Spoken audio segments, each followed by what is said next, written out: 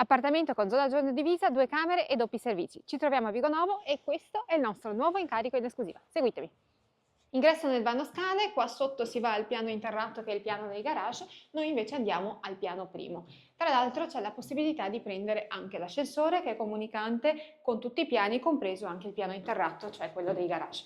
Andiamo su, prego. Innanzitutto, come dicevamo, salotto diviso dalla cucina con accesso ad un poggiolo. Il poggiolo poi comunica anche con la cucina, quindi è accessibile sia dal salotto che dalla cucina. Pavimentazione in piastrella per quanto riguarda tutta la zona giorno e abbiamo le porte interne in legno. Qui tra l'altro abbiamo la porta scorrevole, quindi non ci occupa spazio. Cucina abitabile che rimane completa di tutto tranne il forno. Il forno niente ragazzi, va via, quindi non vi rimane. Vi faccio vedere anche il poggiolo. I serramenti sono stati cambiati da poco e sono in PVC con vetrocamera, bianchi all'interno, marroni all'esterno. E questo è il nostro piccolo poggiolo e qui abbiamo anche Timmy.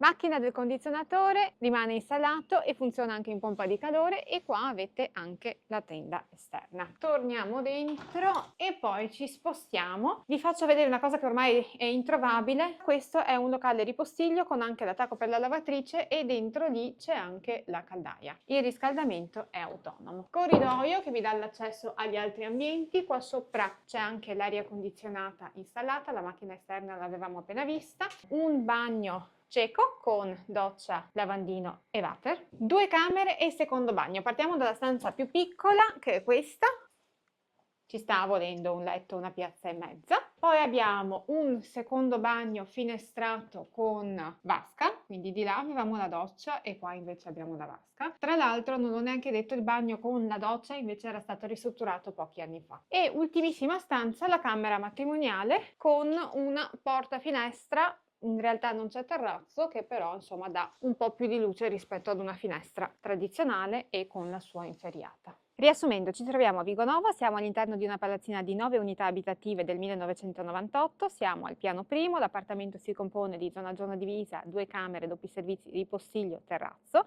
e poi sotto al piano interrato c'è un garage di 18 metri quadri. Il prezzo richiesto per l'appartamento completo di cucina tranne il forno è di 145.000 euro, solo con MS Immobili.